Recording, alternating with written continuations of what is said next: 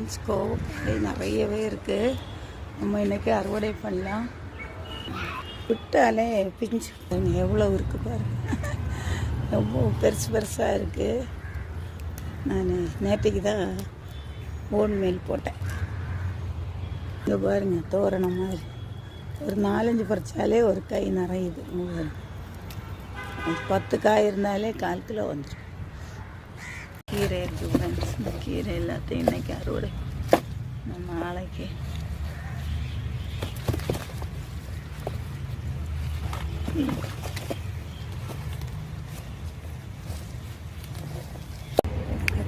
எடுத்துருவோம்.